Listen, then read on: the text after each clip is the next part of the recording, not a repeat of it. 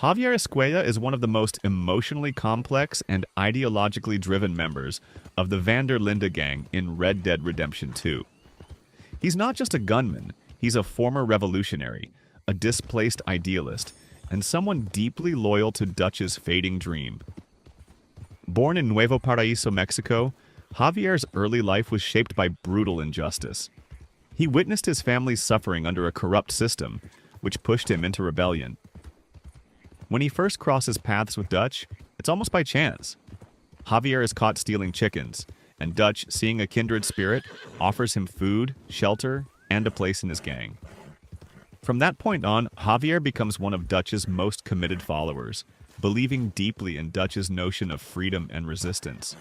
During the events of RDR2, Javier plays several key roles. He helps search for John McCourt in the freezing snow of Coulter, participating in the dangerous rescue mission alongside Arthur and Hosea. He's also involved in high-risk robberies. For example, he partakes in a riverboat heist, standing guard and holding someone at gunpoint, while Arthur and others do the rest of the job. Beyond his outlaw duties, Javier shows a quieter, more compassionate side. He plays the guitar around camp, sings, and often reflects on his past, revealing his revolutionary roots and his deep respect for Dutch's philosophy. He's not flashy, but he's principled. He believes in a better world, even when the gang's reality is falling apart. As the gang unravels, Javier's loyalty to Dutch never wavers. While others question Dutch's leadership, he clings to the vision that brought him into the gang. A world without oppressive systems. But that loyalty comes at a cost. When tensions explode in the final chapters, Javier is forced to side with Dutch against Arthur and John. A choice that speaks to his internal conflict and his disillusionment. After the gang's collapse, Javier returns to Mexico. There, his journey takes a darker turn. He ends up working for Colonel Linde as a hitman, aligning himself with the government he once rebelled against. This transformation is jarring. The idealistic revolutionary power, which suggests a profound moral decline or perhaps a resignation to a world he once fought against. In Red Dead Redemption, the first game, John Marston eventually confronts Javier, and the player gets a choice: kill him or capture him. According to lore, even if John spares him, Javier's fate is grim. He's implied to be executed or die in prison. What makes Javier so compelling is his duality. He's a rebel with a cause, but he's not immune to compromise. He once imagined a life of resistance, but by the end, his ideals are tarnished by survival. He's loyal to Dutch, but that loyalty blinds him to the darker path Dutch is taking. He's romantic in belief, but cynical in practice. Javier Escuella's arc speaks to one of RDR2’s biggest themes, the collapse of idealism. He embodies the tragedy of revolution, how dreams of freedom can be corrupted, and how people can change when they're forced to survive. His story is a cautionary tale. Loyalty without question and ideals without flexibility can lead to ruin. In the end, Javier is neither purely villain nor hero. He's a man torn between what he believed and what he became, and that tension makes him one of the most layered and tragic figures in the Red Dead universe. Javier's charm also lies in his humanity. He's not just a revolutionary or a gunman. He's capable of humor, camaraderie, and even tenderness. Around camp, he jokes with other gang members, teases Mary Beth and Tilly, and plays music to lighten the mood. These moments make his later moral compromises even more tragic, because we see the potential for the Morgan's relationship with Javier Escuella is one of the most quietly tragic dynamics in Red Dead Redemption 2, because it's built on genuine camaraderie early on and slowly fractures under the weight of loyalty, ideology, and denial. At the start of the game, Javier feels like one of Arthur's natural allies. He's competent, respectful, and shares Arthur's skepticism toward authority and government power. Javier isn't just another gun in the gang. He's thoughtful, political, and deeply loyal to Dutch's vision of freedom. That shared loyalty is what bonds him to Arthur at first, but it's also what ultimately drives them apart. Early in the story, Arthur and Javier work together seamlessly. They rescue Sean together after he's captured by bounty hunters, and the mission makes it clear that Javier trusts Arthur with his life. Javier is calm, methodical, and dependable, and Arthur treats him as an equal rather than a subordinate.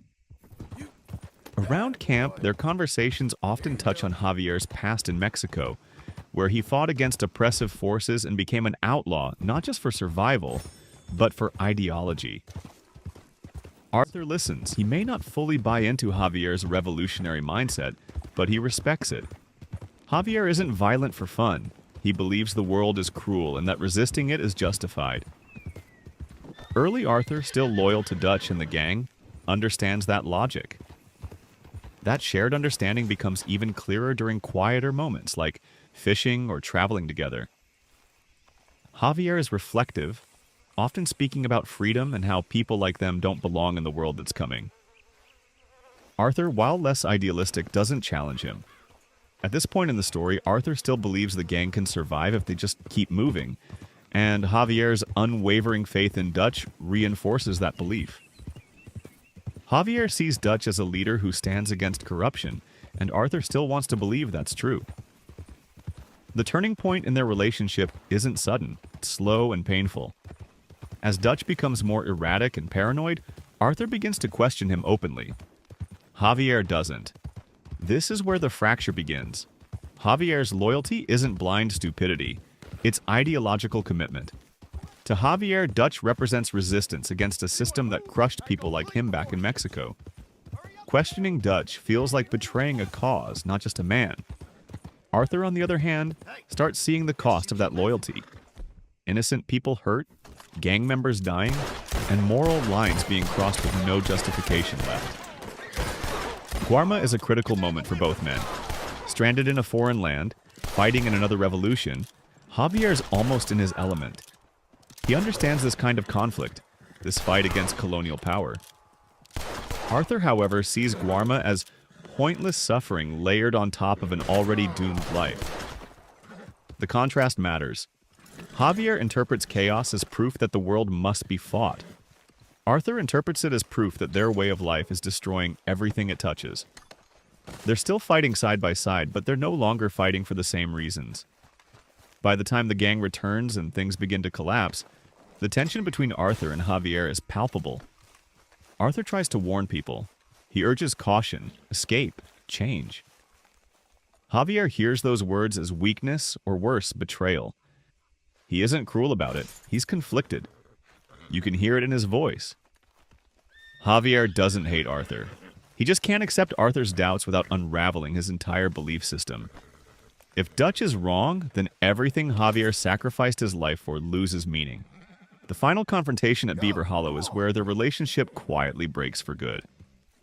When Arthur and John stand against Dutch and Micah, Javier chooses Dutch, but the way he does it matters. He raises his gun, but he doesn't aim directly at Arthur. He points it upward, unable to fully commit to killing someone who was once a brother to him. That single gesture says everything. Javier is choosing ideology over friendship, but it's tearing him apart.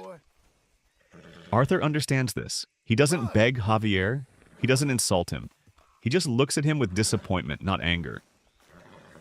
Arthur has already accepted that some people can't be saved from their beliefs. What makes this relationship so powerful is that neither man is portrayed as a villain in their conflict. Arthur grows morally and learns to let go of blind loyalty. Javier cannot. And that failure doesn't come from malice. It comes from fear. Fear of admitting that Dutch failed. Fear that the world Arthur is trying to move toward has no place for people like him. In Red Dead Redemption, we know where that path leads Javier. Back into revolution, exile, and eventually death. Arthur never sees that ending, but the seeds are already planted.